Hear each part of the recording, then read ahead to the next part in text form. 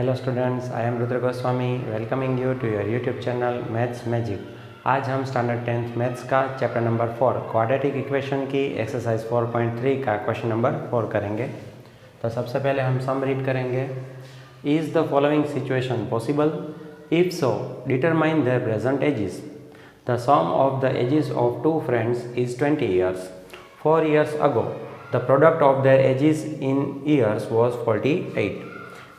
यहाँ पे हमें क्या दिया गया है, दो फ्रेंड्स है और दोनों फ्रेंड्स की जो एज का जो सम है वो 20 ईयर्स है और 4 साल पहले उनकी जो एज थी उनका प्रोडक्ट यानी कि मल्टीप्लिकेशन 48 है। तो ऐसी सिचुएशन पॉसिबल है या नहीं वो हमें फाइंड करना है। यहाँ दिया गया है is the following situation possible. अगर ऐसी सिचुएशन पॉसिबल है तो हमें उनकी प्रेजेंट एज भी फाइंड करनी है और अगर ऐसी सिचुएशन पॉसिबल नहीं है तो प्रेजेंट एज हमें फाइंड नहीं करनी है। अभी ऐसी सिचुएशन पॉसिबल है या नहीं वो हमें कैसे मालूम पड़ेगा, हम डिस्क्रिमिनेंट यानी कि डी फाइंड करेंगे उसके ऊपर से।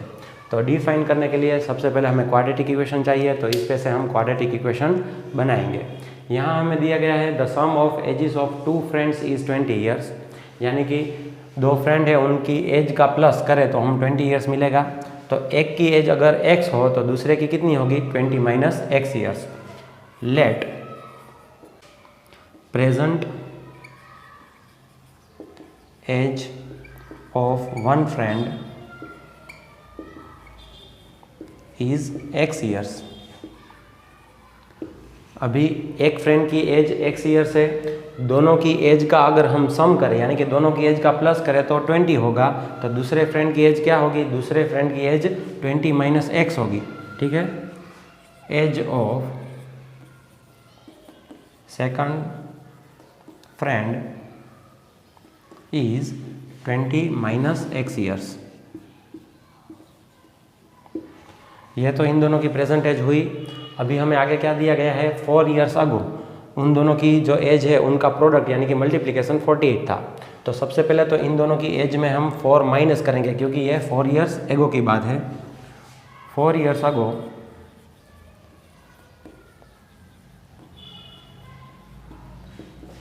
the age of first friend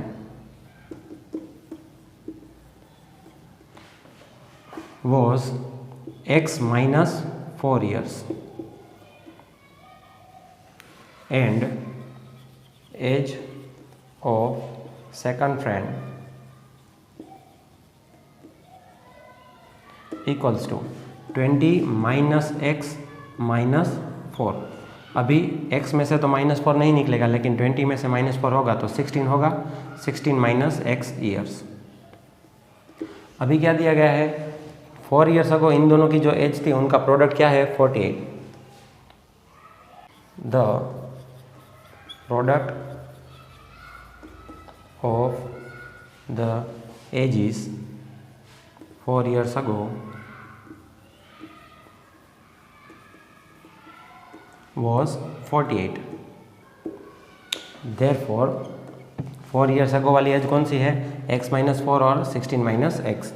तो x minus 4 into 16 minus x करें तो हमें मिलेगा आंसर 48। therefore अब हम क्या करेंगे, x को 16 और x को x से मल्टीप्लाई करेंगे, ऐसे ही 4 को 16 और 4 को x से मल्टीप्लाई करेंगे। पहले तो प्लस है, यहाँ पे भी प्लस है तो प्लस प्लस प्लस रहेगा और x इंटू 16 यानी कि 16x।